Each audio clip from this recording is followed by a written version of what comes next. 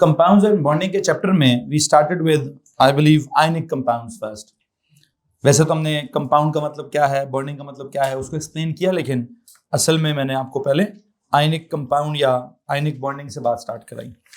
हमने ionic compound की examples पढ़ना स्टार्ट की तो हमने बहुत सारी एग्जांपल्स का डॉट एंड क्रॉस डायग्राम देखा, या क्या बोलते हैं उनकी क्रॉस बेस्ड फार्मूले देखे, और सीधा सीधा हम फिर कैसे चले गए जनाब साहब, सोडियम क्लोराइड है या मैग्नीशियम ऑक्साइड है या कैल्शियम फ्लोराइड है या एल्यूमिनियम ऑक्साइड है, जो भी एग्जांपल्स थी प्योर आयनिक कंपाउंड्स की, हमने क्या किया, उनकी प्रॉपर्टीज पढ़ना स्टार्ट कर दी। क्या आयनिक कंपाउंड्स जो हैं उनका जो आयनिक बॉन्डिंग है, क्या वो जस्ट दो ऑपोजिटली चार्ज आयंस के दरमियान में है या बहुत सारे, मतलब उसका एग्जिस्टेंस कैसा है। हमने जब उसका एग्जिस्टेंस फॉलो किया तो वो क्या बोलते हैं कोई एक पर्टिकुलर यूनिट नहीं था, मतलब हमने उसको मॉलिक्यूल का लफ्ज भी नहीं दिया। हमने क्या बोला, क्या होगा वहां पे, कोई क्लस्टर या पता नहीं क्रिस्टल और लैटिस की बातें स्टार्ट हो गई। फिर करते करते उनकी प्रॉपर्टीज में हमने एक एक लफ्ज की प्रॉपर्टी को बहुत ज्यादा लंबे चौड़े तरीके से घसीटना स्टार्ट किया। करते करते आई बिलीव मेरी आयनिक बॉन्डिंग के बारे में जो कुछ भी था, स्पेसिफिकेशन से तो बहुत ज्यादा डिटेल से मैंने पढ़ा दिया, वो कवर हो गया। फिर हम चल पड़े कोवेलेंट बॉन्डिंग की तरफ या कोवेलेंट कंपाउंड्स की तरफ। वहां पे जब वो शेयरिंग वाला कॉन्सेप्ट आया तो शेयरिंग वाले कॉन्सेप्ट से हमने अगली बात क्या डेवलप की, क्या जब इलेक्ट्रॉन्स शेयर होंगे तो एक्चुअली आप क्या दिखाएंगे, वो पता नहीं शेल्स का हमने ओवरलैपिंग दिखाया। तो जब वो शेल्स को हमने ओवरलैप कर लिया तो हमने कहा जो एटम्स जुड़ गए हैं, दो एटम्स जुड़ गए हैं, दो या दो से ज्यादा जब एटम्स जुड़ गए तो हमने कहा उस चीज को क्या बोलेंगे हमने उनको मॉलिक्यूल बोलना स्टार्ट कर दिया। जब हमने उनको मॉलिक्यूल बोलना स्टार्ट कर दिया तो हमारे पास एक टॉपिक डेवलप हो गया, एक तरफ मॉलिक्यूल ऑफ एन एलिमेंट और दूसरी तरफ molecule of a compound. Molecule of an element में हमने कौन कौन से मॉलिक्यूल्स डिस्कस किए, समथिंग लाइक H2, फिर F2 या O2 या N2, और उसके बाद जब C2 की बारी आई तो वहां जाके हम कहीं फंस गए।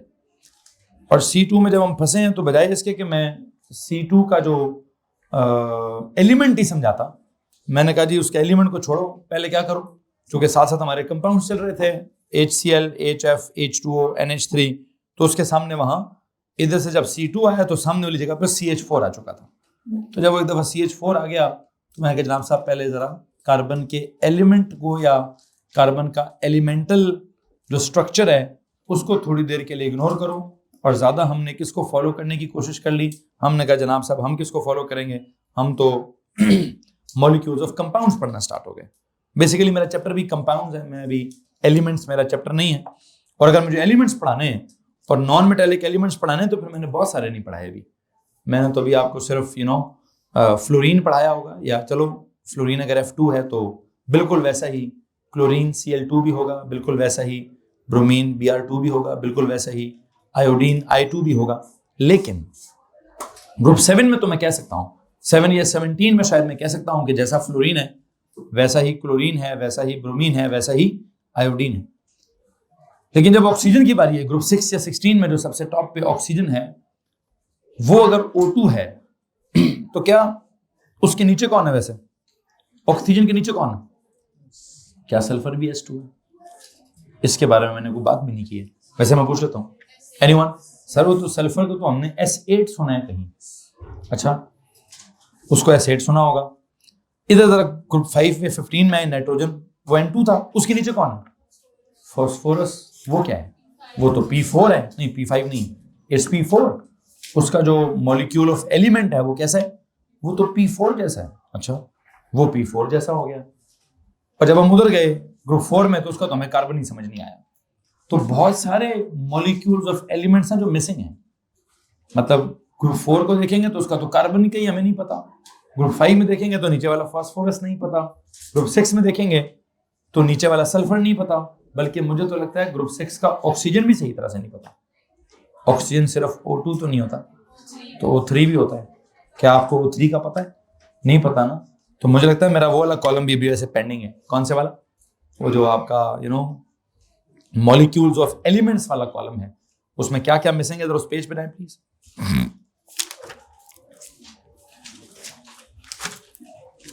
मॉलिक्यूल्स ऑफ एलिमेंट्स वाले पेज बनाए। सर आसिम प्लीज जरा सर बाबर के पास जाइए, उन्हें कहिए कि मॉलिक्यूल्स ऑफ एलिमेंट्स का सर ने कुछ नोट्स मांगे आपसे, सुने जरा, वहां में कौन कौन सा मॉलिक्यूल ऑफ एलिमेंट मेंशन करने लगा हूं, सुने जरा गौर से।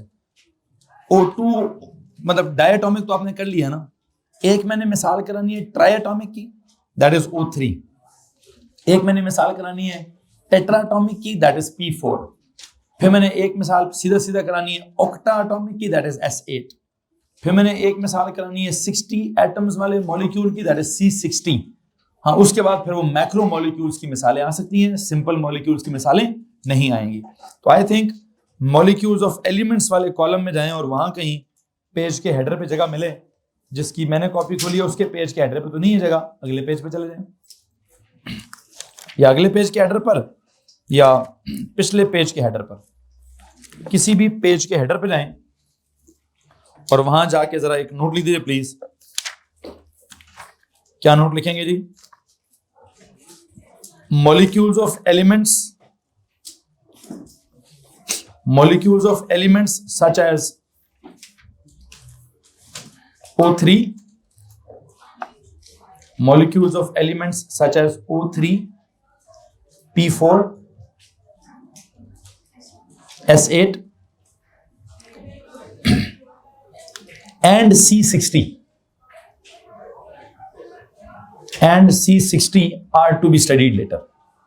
क्योंकि वहां तो अब जगह नहीं है कि मैं वहां फिट करूंगा, तो मैं वहां जाके एक नोट लिख देता हूं कि मॉलिक्यूल्स ऑफ एलिमेंट्स का कॉलम तो आपका डेवलप हुआ है, जिस कॉलम के अंदर आप क्या चला रहे हैं, जिस कॉलम के अंदर आप क्या बोलते हैं H2 या O2 या F2 या Cl2 या Br2 या N2 या जो भी कुछ चला रहे हैं, उसी कॉलम को जब आपने वाइंड अप किया है, हमने तो वैसे वो C4 या C2 के चक्कर में उसको वाइंड अप कर दिया, लेकिन हालांकि हमें और वहां क्या सीखना चाहिए था। मैंने आपको कहा वहां मुझे O3 रहता है, मेरा P4 रहता है, मेरा S8 रहता है और मेरा C60 रहता है, that is to be studied later. तो एक तो मेरा ये टॉपिक मिसिंग है जी वहां पे। अच्छा आगे चलें। और एक वो कार्बन का तो मसला है ही है कि सर उसका सिंपल मॉलिक्यूल है कि मैक्रो मॉलिक्यूल है। सिंपल मॉलिक्यूल में C2 की बजाय C60 है। अब C60 तो मैं एकदम से तो नहीं पढ़ा, मैंने तो O3 नहीं पढ़ाया, P4 नहीं था पढ़ाया, S8 नहीं था पढ़ाया, तो मैं C60 पे कैसे चला जाता। तो मैंने वहां पे ऐसे मेंशन किया हुआ है कि एक मुझे C60 पढ़ाना है, दैट इज बकमिंस्टर फुलरिन, और एक मुझे वो डायमंड और ग्रेफाइट वाले शायद मैक्रो मॉलिक्यूल्स भी पढ़ाने हैं। लेकिन मैं अभी मैक्रो शैक्रो पर मैक्रो मॉलिक्यूल की मिसाल नहीं देना चाहता, मैं उसका नाम भी नहीं लेना चाहता था।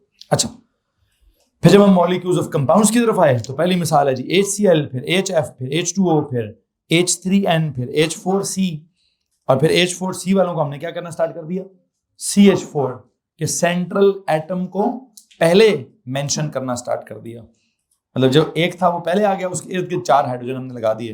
फिर जब से हमने वो किया तो हमने फिर मीथेन के बाद पता नहीं इथेन और प्रोपेन और एक ऑर्गेनिक केमिस्ट्री पूरे की पूरी डेवलप की हुई है।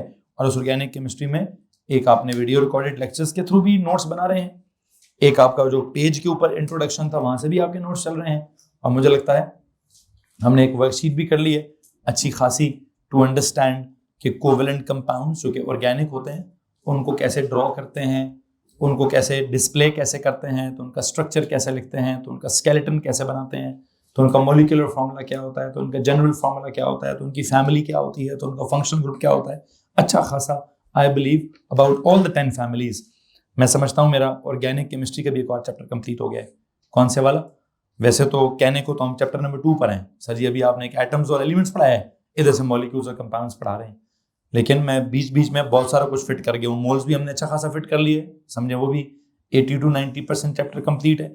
इधर से ऑर्गेनिक का अगर हम कहें जी ऑर्गेनिक के 3 या 4 चैप्टर्स हैं, तो उनमें से एक आधा चैप्टर में जो इंट्रोडक्शन टू ऑर्गेनिक केमिस्ट्री है, या यू सी कि अगर हम कहें नोमेनक्लेचर ऑफ ऑर्गेनिक केमिस्ट्री है, वो हो चुका है। या फिर अगर आपके साथ थोड़ा बहुत आइसोमरिज्म भी आप खींच ही चुके हैं बीच में।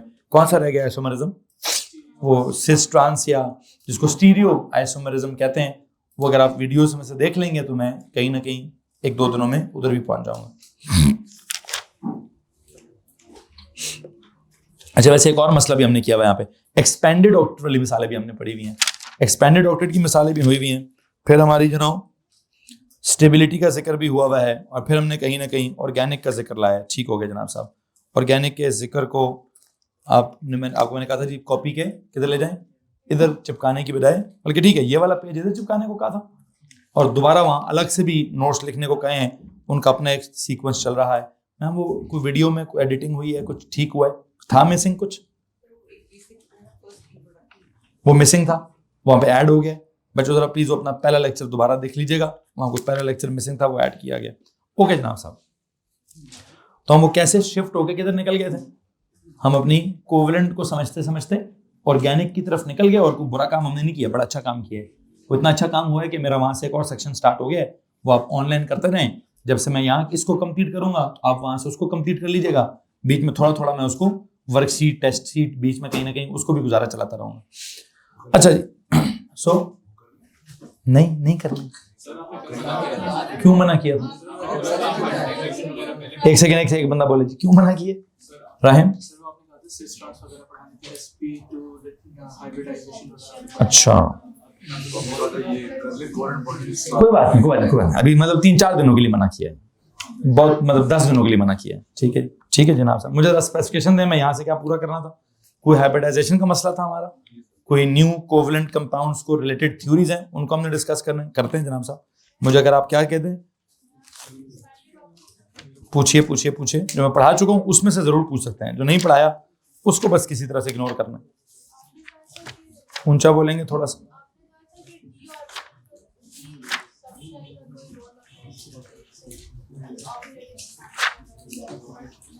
बच्चों सुनो ना यार, भाईजान सवाल चल रहे हैं ना, बड़ा जरूरी सवाल मैडम पूछ रही है, जवाब आपसे मांगूंगा, फिर आप कहेंगे सर जरा सवाल रिपीट करें। सुन लेना यार। जी मैम दोबारा पूछिए। लेकिन क्या रोल होता है, पढ़ाया था तो बस क्यों पूछ रही हैं फिर? अच्छा तो मैं भी तो उस्ताद हूं ना बेटा जी, ठीक है जी, तो मैंने कुछ ना कुछ तो कहना है, ठीक है। अगर तो मैंने उसको रोल पढ़ाया तो आप सवाल पूछ लीजिए, नहीं तो पढ़ाया तो बस फिर अपने एक्स्ट्रा नॉलेज को रोक के रखें। मैंने तो नहीं पढ़ाया कोई रोल होता है कि नहीं होता, मैंने तो बस इतना बोला है कि जो एक्सपेंडेड ऑक्टेट का सीन है वो क्या सीन है, वो क्या पीरियड नंबर 1 के एलिमेंट में हो सकता है? उधर तो 2 होते हैं, उधर तो ऑक्टेट होता भी नहीं है उसका, तो वो क्या होता है, डुप्लेट होता है। पीरियड नंबर 2 में एक्सपेंडेड ऑक्टेट हो सकता है, वहां सवाल ही पता नहीं होता, 8 इलेक्ट्रॉन्स होते हैं, 9 में की जगह ही नहीं है। तीसरे शेल में डी होता है कि नहीं होता है? गोली मारें डी को। तीसरे शेल की एक तरह से टोटल कैपेसिटी कितनी है? 18 की है। तो जब कैपेसिटी 18 की है तो मैं उसको ऑक्टेट क्यों करता रहूं? तो वहां उस ऑक्टेट से ज्यादा इलेक्ट्रॉन्स आ सकते हैं कि नहीं आ सकते? हाँ या ना? बट दैट्स इट, इतना समझाना था, इतना मैं समझा चुका हूं। अब वो डी की वजह से हो रहा है कि डी की वजह से नहीं हो रहा है, वो 3D10 में जगह खाली है कि भरी हुई है, जो भी है, वहां इलेक्ट्रॉन्स की स्पेस अवेलेबल है। उस स्पेस में थर्ड शेल में टोटल इलेक्ट्रॉन्स की स्पेस कितनी? 18 इलेक्ट्रॉन्स की है। तो 18 इलेक्ट्रॉन्स की स्पेस को हम क्या बोलते हैं? Expanded octet. कि उस ऑक्टेट में जगह और भी है। अब जो और भी जगह है वो है कौन सी असल में? अगर मैं चला जाऊं एसपीडी के अंदर, कौन सी जगह है वो? 2 इलेक्ट्रॉन्स की जगह का नाम है 3s2, अगले 6 की जगह का नाम है 3p, तो उससे अगले की जगह का नाम क्या है? नाम तो 3d है ना। अब वो इन्वॉल्व हो रहे हैं, नहीं हो रहे हैं, कैसे हो रहे हैं, कैसे नहीं हो रहे, मैंने पढ़ाया, तो फिर आपने सवाल क्यों पूछा? ठीक है, मुझे पता है ना कि वो नहीं पढ़ाना है, उसको नहीं डिस्कस करना, सिर्फ डिस्कस कितना करना, कितना डिस्कस करना? थर्ड शेल में maximum capacity of electrons can be 18। If it can be 18 तो the octet would not be followed by some compounds. उसकी मिसालें दे दी हैं आपको कि ये एग्जिस्ट करता है। कोई F6 था, SO2 था, फिर SO3 था, फिर SF6 था। कुछ ऐसे कंपाउंड हमने डिस्कस कर लिए कि जिनमें सिर्फ आप कितना अप्रिशिएट करें, सिर्फ इतना समझें 725, सिर्फ कितना समझे जी? इतना समझें कि उसमें क्या हो सकता है। सर जी वो पीरियड नंबर 3 के कुछ एलिमेंट्स थे, बल्कि काम करता हूं स्पेसिफिकेशन को जुमला पढ़ता हूं, कितना समझें। स्पेसिफिकेशन वाला कहता है जी कितना समझें। नहीं मिला अभी तक। उन्होंने बोला बहुत टाइम हो गया, इतनी देर में तुम्हें कोई और चैप्टर पढ़ा जाऊंगा। उन्हें एक जुमला दोबारा बोल कर आए कि उससे जहर कह रहे हैं मैं इतनी देर में कोई और चैप्टर पढ़ा जाऊंगा, मैंने वो टॉपिक पढ़ाना है, वेट नहीं करना सर, उनके साथ बजना है। एक दफा जरा दोबारा बजाइए प्लीज। क्या बात हो रही है जी? अब एक सवाल लिखा है, understand that elements in period number 3 can expand their octet, including the examples of compounds such as sulfur dioxide, sulfur trioxide, phosphorus pentachloride, and sulfur hexafluoride. You have understood that elements in period number 3 can expand their octet in the examples such as this, this, this and this. तो अब उसमें क्या understand करना था? उसमें उसका D का involvement understand नहीं करना, सिर्फ ये अंडरस्टैंड करना कि पीरियड 3 के कुछ एलिमेंट्स हैं जिनके ऑक्टेट में एक्सपैंडेड ऑक्टेट है. Why would it expand octet ये नहीं लिखा, how ये भी नहीं लिखा, जस्ट कहा है कि अंडरस्टैंड करें कि जो एलिमेंट्स इन पीरियड 3 हैं they can expand their octet, they can expand their octet including these examples. Concept को समझाना ही इन एग्जांपल्स के थ्रू है. उसने हाउ या वाई या व्हेन या वेयर या उस तरफ नहीं जाने को कहा. उन्होंने कहा जी बस elements in period number 3 can expand. Yes they can expand. How, why, उसका इतना जुमला काफी है कि पीरियड नंबर 3 को क्या मौत पड़ी है. क्या मौत पड़ी? पीरियड नंबर 3 है सर, ये मौत पड़ी है. तो पीरियड नंबर 3 को क्या मसला है? पहले में 2 होने चाहिए, दूसरे में 8 होने चाहिए, तीसरे में 18 होने चाहिए. लेकिन हम ये कभी करते हैं, कभी नहीं करते हैं. ये कौन सा मसला है? मैं अगर आपसे कहूं कि मुझे आप बता दें ब्रोमीन की कॉन्फ़िगरेशन बता दें, बुशरा ओ लेवल वाली, मतलब पहले में 2 8 8 18 या 2 8 18 8, इसके हिसाब से ब्रोमीन की कॉन्फ़िगरेशन बताएं. चेक कर लें आप, कहीं ना कहीं की होगी. 35 2 8 9. ब्रोमीन की करें ना, जहां कहीं की होगी, जहां की हुई वहां जाए ना जरा. एसपीडीएफ की कॉन्फ़िगरेशन में है ना सबके सब. लेकिन उसी को देख के ओ लेवल का जवाब देना. जरा देखें तो सही उसको, मैं जवाब क्या मांग रहा हूं आपसे. मैं बड़े सोच के सवाल पूछ रहा हूं, बड़ा काम का जवाब मांग रहा हूं. जी जनाब साहब. 2 फिर 8 फिर 18 फिर क्या, फिर 7. तो उसका क्या मतलब है? आप पहले कहने लगी थी 2 8 8 समथिंग. मैं तो ओ लेवल ही पूछ रहा हूं आपसे. मैंने ये आपसे एसपीडी की पूछी है कि केएलएमएन पूछा है? मैं आपसे केएलएमएन पूछ रहा हूं. केएलएमएन की ब्रोमीन की कॉन्फ़िगरेशन क्या है? इट्स 2 8 18 7. इफ इट इज 2 8 18 7, इसका क्या मतलब निकालूं? पहले की मैक्सिमम कैपेसिटी इज 2, दूसरे की मैक्सिमम कैपेसिटी इज 8, तीसरे की मैक्सिमम कैपेसिटी इज 18. तो यही तो मैं भी कह रहा हूं कि तीसरे की मैक्सिमम कैपेसिटी इज 18.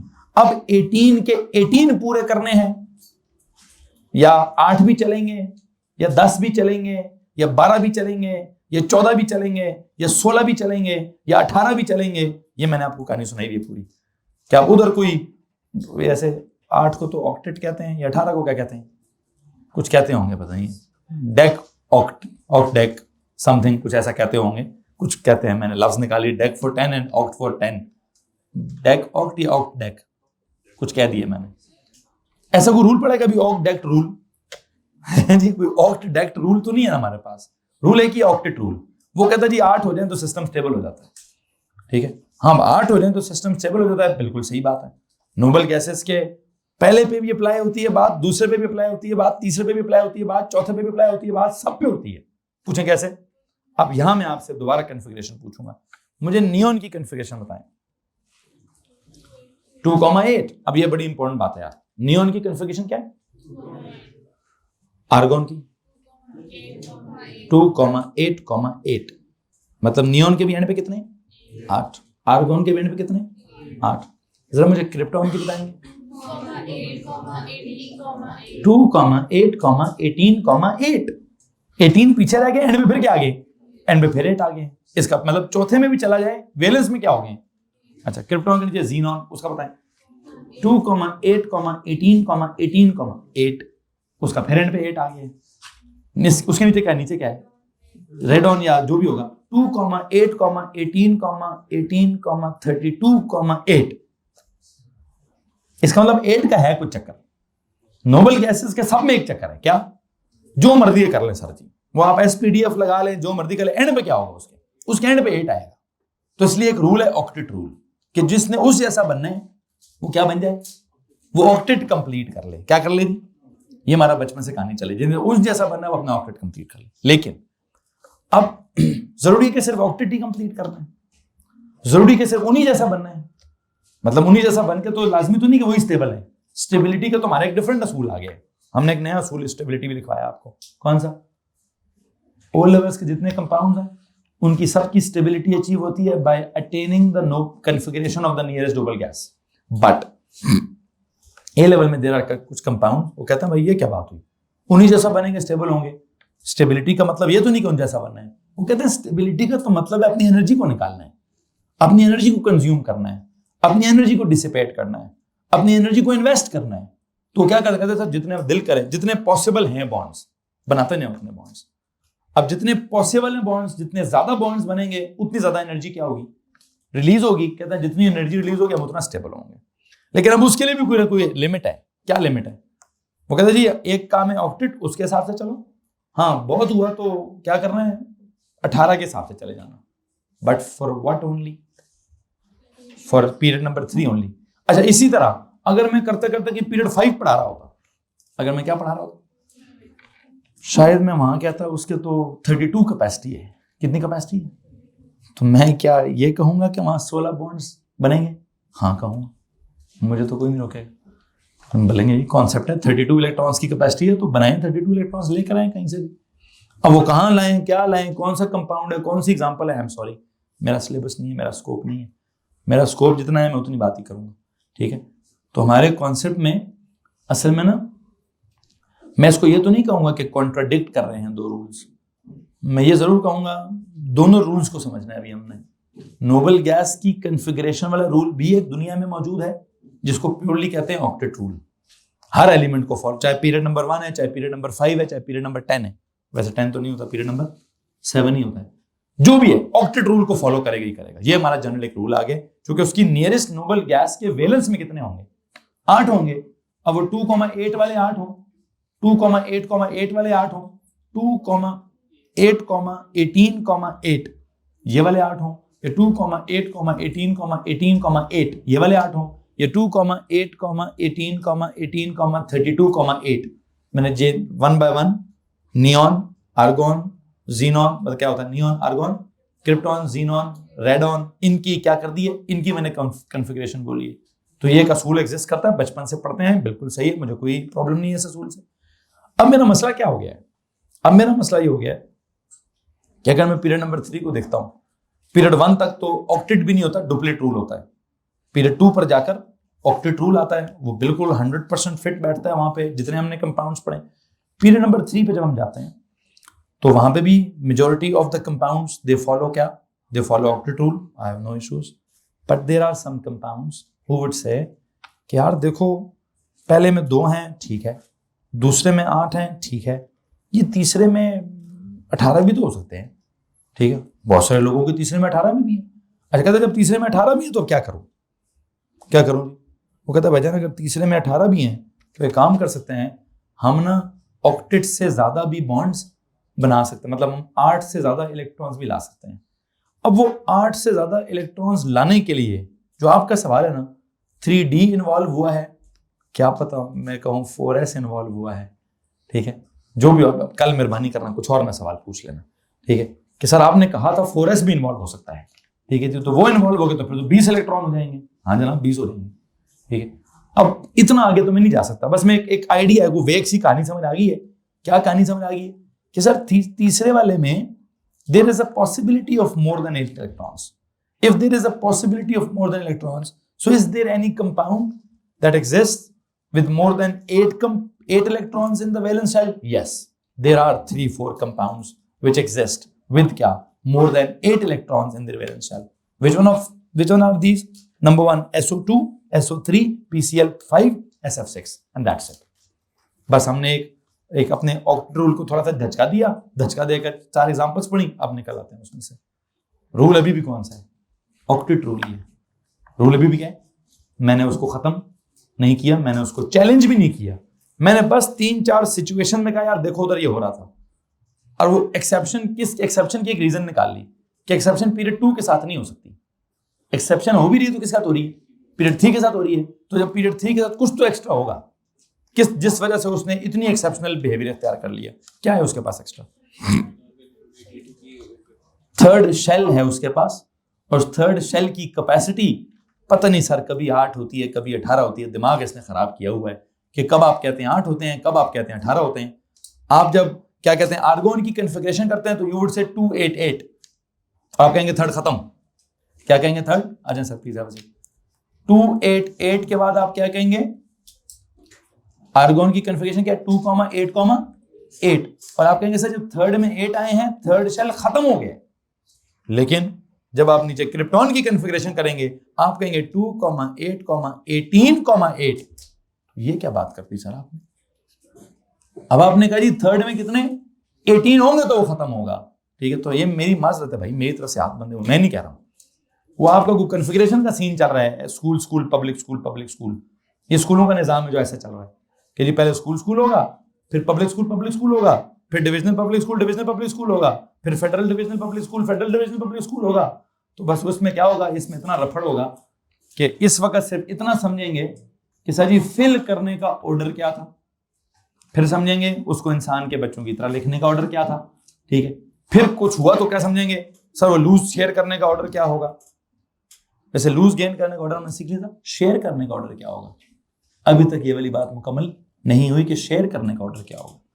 शेयर करने के लिए हाँ हम इन द प्रोसेस हैं कि हम क्या सीख रहे हैं कि जब कोई शेयर करता है तो बुनियादी तौर पर तो ऑक्टेट को मद्देनजर रख के शेयर करता है। पीरियड नंबर 2 वाले जितने एलिमेंट्स हैं वो किसको सामने रखकर शेयर करते हैं, वो पीरियड नंबर 2 मतलब वो ऑक्टेट रूल को सामने रखकर शेयर करते हैं।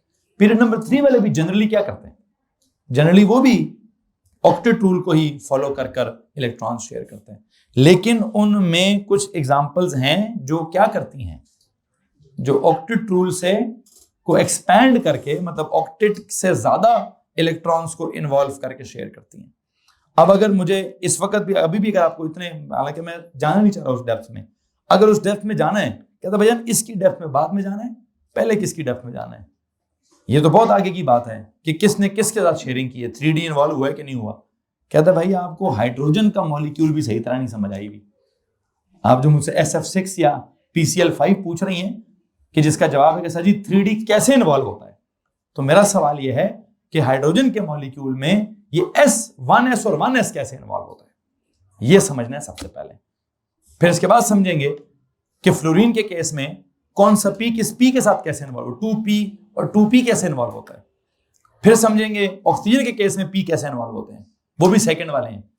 फिर समझेंगे नाइट्रोजन के केस में सेकंड वाला P कैसे इन्वॉल्व होता है, ये थर्ड वाला D कैसे इन्वॉल्व होता है। इसकी शायद हमारी बारी नहीं आएगी, हमारी बारी कब खत्म हो जाएगी, जब हम ये क्या बोलते हैं 2 मतलब 1s कैसे इन्वॉल्व होता है, 2s कैसे इन्वॉल्व होता है, 2p कैसे इन्वॉल्व होता है, और मुझे नहीं लगता कि मैं 3s तक भी जाऊंगा शेयरिंग को इन्वॉल्व करने के लिए। मतलब जिस तरह से पढ़ना चाहिए, जिस तरह का आपका सवाल है ना कि 3D कैसे इन्वॉल्व होता है, उस तरह शायद मैं सिर्फ 1s कैसे इन्वॉल्व होता है समझा पाऊंगा, 2s कैसे इन्वॉल्व होता है समझा पाऊंगा, 2p कैसे, और 2p के अंदर ही फंसे रहेंगे हम, क्योंकि उसमें क्या होगा, उसमें एक होगा 2px, फिर एक होगा 2py, फिर एक होगा 2pz।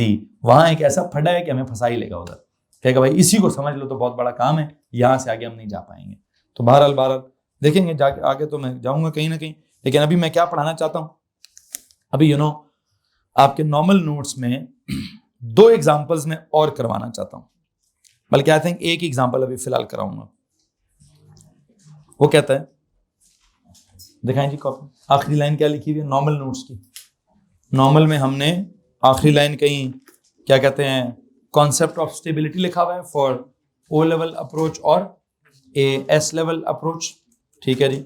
फिर हमने उसके बाद स्टेबिलिटी का कॉन्सेप्ट खत्म करके ऑर्गेनिक मिसालें दी हुई हैं, ठीक है जी। ऑर्गेनिक मिसालों में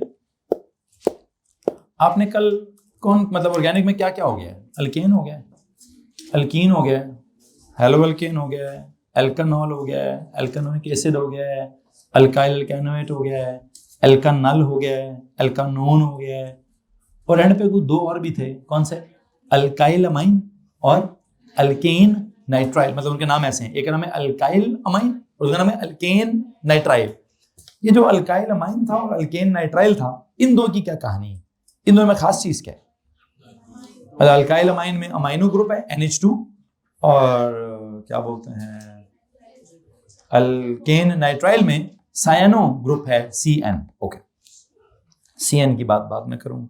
ये मैंने अमाइनो ग्रुप लिखा हुआ है, क्या लिखा हुआ है जी, जरा प्लीज उसकी शक्ल देखें थोड़ी देर के लिए।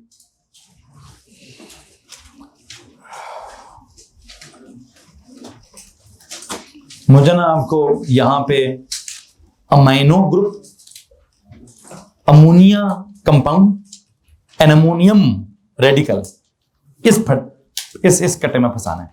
किधर फंसाना है जी? अमाइनो क्या है, फिर अमोनिया क्या है, फिर अमोनियम क्या है। मुझे लगता है कि अगर मैं कहूं जी मैंने लेटेस्ट आपको ऑर्गेनिक पढ़ाया है, तो ऑर्गेनिक से अगर आगे निकलना है तो आगे किधर निकलना है?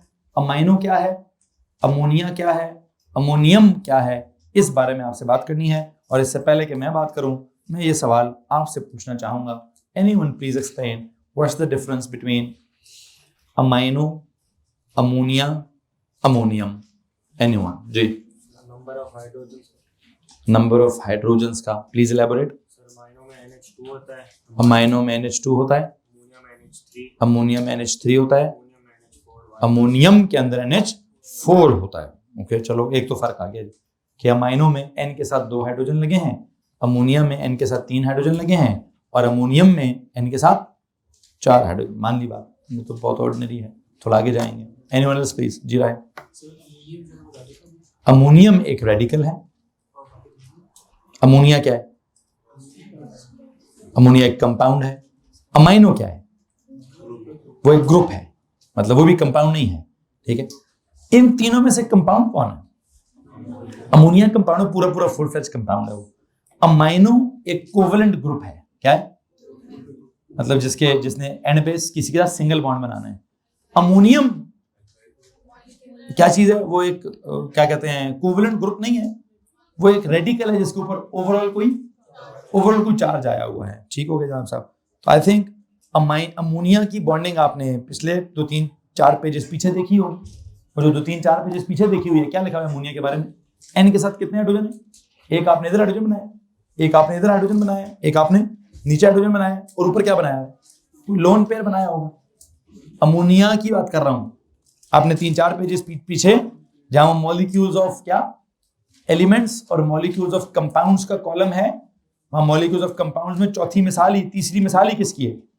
दूसरी या तीसरी मिसाल ही अमोनिया की है कि नहीं? वो तो हो गया। ऑर्गेनिक कंपाउंड्स में जाकर सेकेंड लास्ट फैमिली ही कौन सी है? अमाइनो। उसका भी आपने प्रोपाइल अमाइन का मॉलिक्यूलर भी देखा हुआ है, प्रोपाइल अमाइन का स्केलेटल, स्ट्रक्चरल, डिस्प्लेड सब देखा हुआ है। ठीक है, तो मुझे तो मैंने आपको अमोनिया भी पढ़ाया हुआ है, मैंने आपको अमाइनो भी पढ़ाया हुआ है, और क्या रह गया? अमोनियम रह गया। क्या रह गया जनाब साहब? अच्छा, अगर अमोनियम रह गया है तो एक काम करें, आ जाए जनाब अगले पेज पर। वो जो 2 आपने पढ़े हैं, पता है उनका नाम क्या है? अल्काइल अमाइन का और क्या बोलते हैं उसको हम, अल्केन नाइट्राइल को। उनकी जनरल नेम है ऑर्गेनिक नाइट्रोजन कंपाउंड्स। क्या नाम है उनका जनाब साहब? Organic nitrogen compounds. Alkyl amine को भी ऑर्गेनिक नाइट्रोजन कंपाउंड कहते हैं, अल्केन नाइट्राइल को भी ऑर्गेनिक नाइट्रोजन कंपाउंड कहते हैं। आप चाहें जैसे नहीं, वो अल्डिहाइड और कीटोन को मिला के क्या कहते हैं? Carbonyl compounds. तो अल्काइल अमाइन और अल्केन नाइट्राइल को कुल मिला के क्या कहेंगे? एक काम करेंगे, उस पेज पे जाएंगे, उस पेज पे जो अल्डिहाइड और कीटोन है उसको डब्बा बना के उसके पीछे लिखें they both are known as, शायद लिखा भी होगा, लिखा हुआ है कहीं आगे तो लिखा हुआ है फैमिली का नाम क्या है? पहले पेज पे जाएं, मैंने आपको डिफरेंट पेज नहीं दिया हुआ, दोबारा दिया था पेज, किधर है? क्यों घर पर है निकम्मे आदमी, उसको पूरा करना नहीं आया, किधर किया? दिखाएं जी, ये नया वाला है कि पुराना वाला है? नया वाला। अच्छा, नए वाले के सीक्वेंस में ये जो अल्का नल और अल्का नोन है वो किधर है? वो अगले वाले पेज पर है। अच्छा, उधर पता क्या करें, उधर ना ये जो आपका अल्डिहाइड और कीटोन है इनको कलेक्टिवली नोट बनाकर लिखें। अब आप उसके नीचे लिखना चाहते हैं तो वहां लिख दीजिएगा, या फिर आप उनकी साइडों पे लिखना चाहते हैं तो साइडों पे लिख दीजिएगा। मैं बस लिखवाना क्या चाह रहा हूं, प्लीज सुनिए।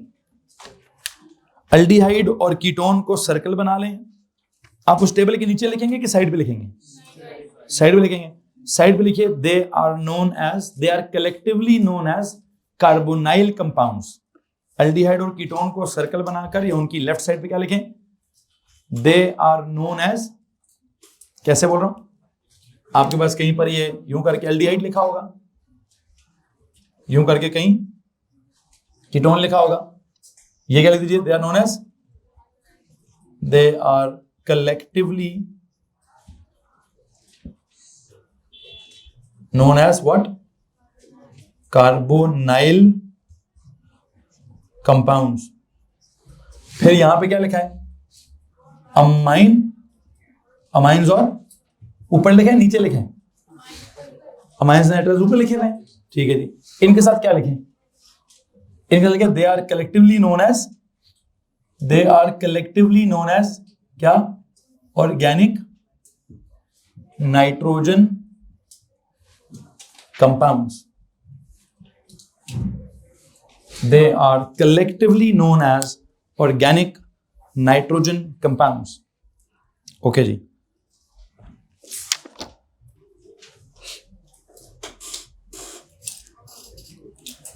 वैसे मैम इसका सीक्वेंस थोड़ा सा और चेंज होता है। एल्डिहाइड्स और कीटोन्स शुड बी ऊपर, amines and nitriles should be नीचे।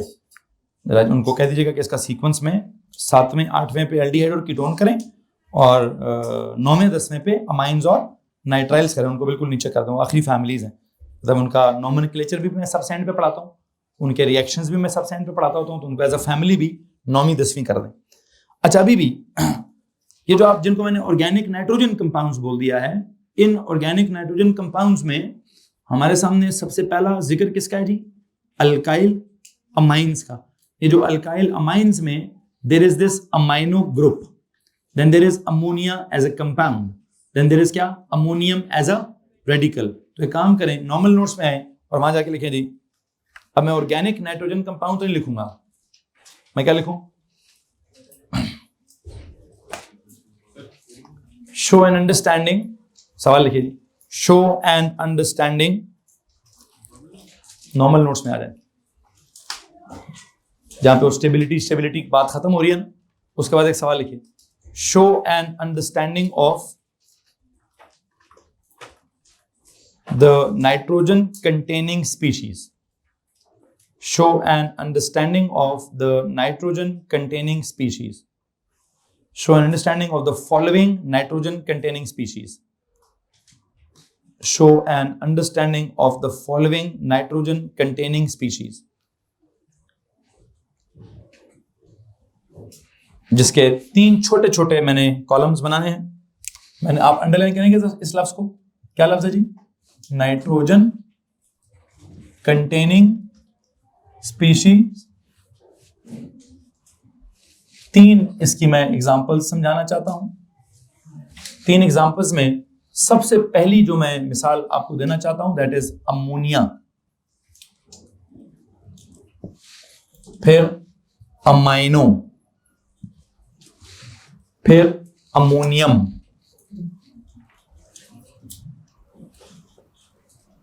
हेलो जी, ये 3 मैंने आज के लेक्चर में एग्जांपल्स को थोड़ा क्लियर करने की कोशिश करनी है। अब मैं जो सबसे पहली बात करना चाहता हूं इन तीनों के साथ, वो क्या है कि सर अमाइनो क्या चीज है? अमाइनो इज अ ग्रुप, इसको अमाइनो ग्रुप कहते हैं। अमोनियम क्या चीज है? अमोनियम इज अ रेडिकल, इसको रेडिकल कहते हैं। और शाबाश, लो जी, आज घर से बेचती है भाई, सारी इंक जो है वो कपड़ों पे गिर गई है। खैर बहरहाल कोई बात नहीं, ओके इजी हो जाए। अभी मेरी बेइज्जती हुई नहीं है, मैंने सोचा है सिर्फ कि जब होगी तो मैं परेशान हो जाऊंगा। और इमरान साहब कैसे इंक भरता है भाई, तू सारी उसमें से गिराती है, थोड़ी भरा कर है। चलो कोई बात नहीं। अमाइनो ग्रुप है, अमोनियम रेडिकल है, और अमोनिया क्या है? अमोनिया कंपाउंड है। क्या है जनाब साहब? अमोनिया जो है वो कंपाउंड है।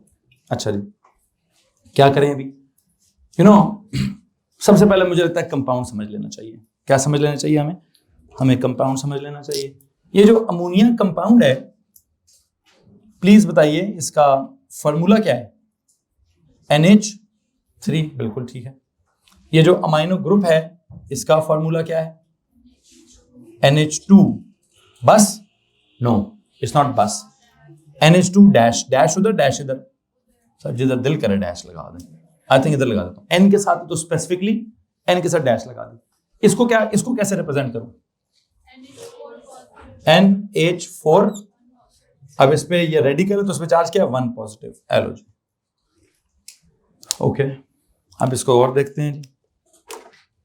यू नो अगर मैं बात करूं किसकी, अमोनिया की, तो इसका जो आपने वो डॉट एंड क्रॉस डायग्राम बनाऊं या क्या करूं, जो ल्यूइस फार्मूला होता है, आई थिंक ल्यूइस फार्मूला ज्यादा इजी, कि N बनाएं, N के साथ कितने H हैं? आई थिंक अब हमने सर इतनी ऑर्गेनिक कर ली तो हमें पता है H हमेशा क्या करता है? सिंगल कोवेलेंट बॉन्ड बनाता है। O हमेशा कितने बॉन्ड्स बनाता है? 2 बनाता है। N हमेशा कितने बनाता है? 3 बनाता है। C हमेशा कितने बनाता है? पेज के हेडर पे जाएं, वहां एक नोट लिखें, H मतलब hydrogen will always form 1 covalent bond. Hydrogen will always form 1 covalent bonds. 1 covalent bond. Single मतलब 1. 1 covalent bond. Oxygen will always form 2. Double नहीं लिखना है, वो मतलब 2 सिंगल भी हो सकते हैं, 2 बोलने हैं बस। Will form 2 covalent bonds. अब वो डबल है कि 2 सिंगल है, उसकी मर्जी है, टोटल 2 बनाने। Nitrogen will always form 3, triple नहीं लिखना है, 3 लिखना है, टोटल 3 बनाने हैं उसने। अब ट्रिपल बनाने हैं, एक डबल एक सिंगल बनाना है कि तीनों सिंगल बनाने हैं? बनाने टोटल 3 है। Nitrogen will always form 3 covalent bonds and carbon will always form 4 covalent bonds. बस ये 4 जुमले पेज के हेडर पे लिख दीजिए। One about hydrogen, always form 1 single bond. One sentence about oxygen, it will always form 2 covalent bonds, and then nitrogen will form 3 covalent bonds, carbon will form 4 covalent bonds. Okay, वापस आ जाए, तो इसने 3 बनाने थे, H ने 1 बनाना है, LOG। Nitrogen का group क्या है वैसे? ग्रुप क्या है? 5। कितने बॉन्डिंग में इन्वॉल्व, वैलेंस शेल में कितने इलेक्ट्रॉन्स हैं? 5। कितने बॉन्डिंग में इन्वॉल्व हो गए? 3। रह कितने गए? एक बात याद रखिए, जो रह जाता है उसको बनाना जरूरी होता है। O लेवल में बेशक ना बनाया करें या नहीं बनाते थे, A लेवल में क्या जरूरी है? ये लोन पेयर अगर रह गया तो मेंशन करना बड़ा जरूरी है, ठीक है? वो तो मैंने अमोनिया बना दिया। अब इधर आ जाए जी, अमाइनो ग्रुप में जाते हैं। अमाइनो ग्रुप का मतलब क्या है? देयर इज दिस N, कितने हाइड्रोजन है? 2।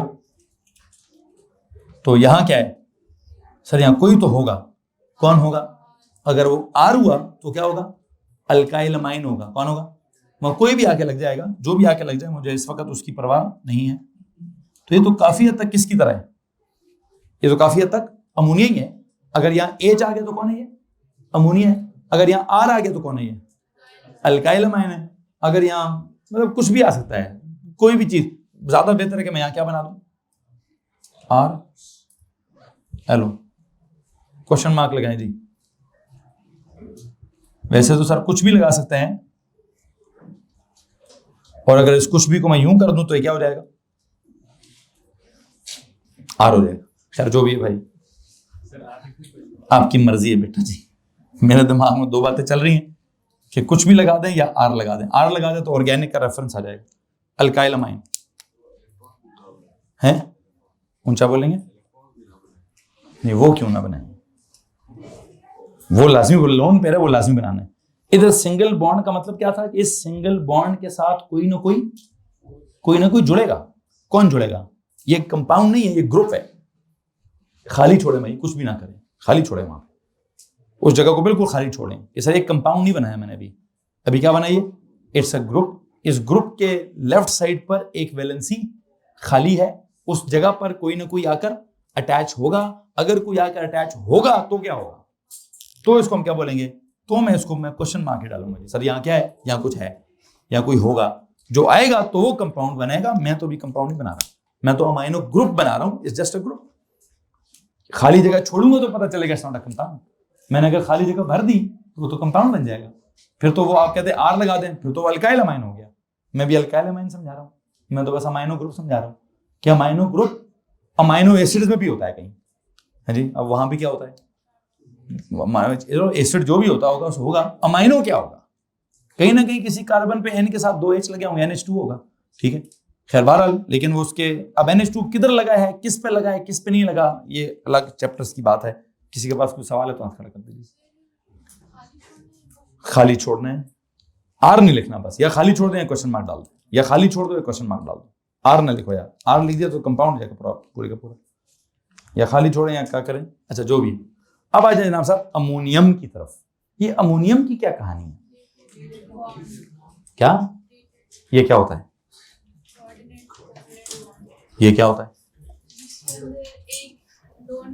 पता नहीं, इसका दिमाग खराब हो गया। कहती है डेटिव बॉन्ड, ये कौन सी अंग्रेजी है, ये कौन सी अंग्रेजी है, डेटिव, डेटिव मतलब कोऑर्डिनेट कोवलेंट होता है, कोऑर्डिनेट कोवलेंट क्या होता है, what do you mean by coordinate, geometry है।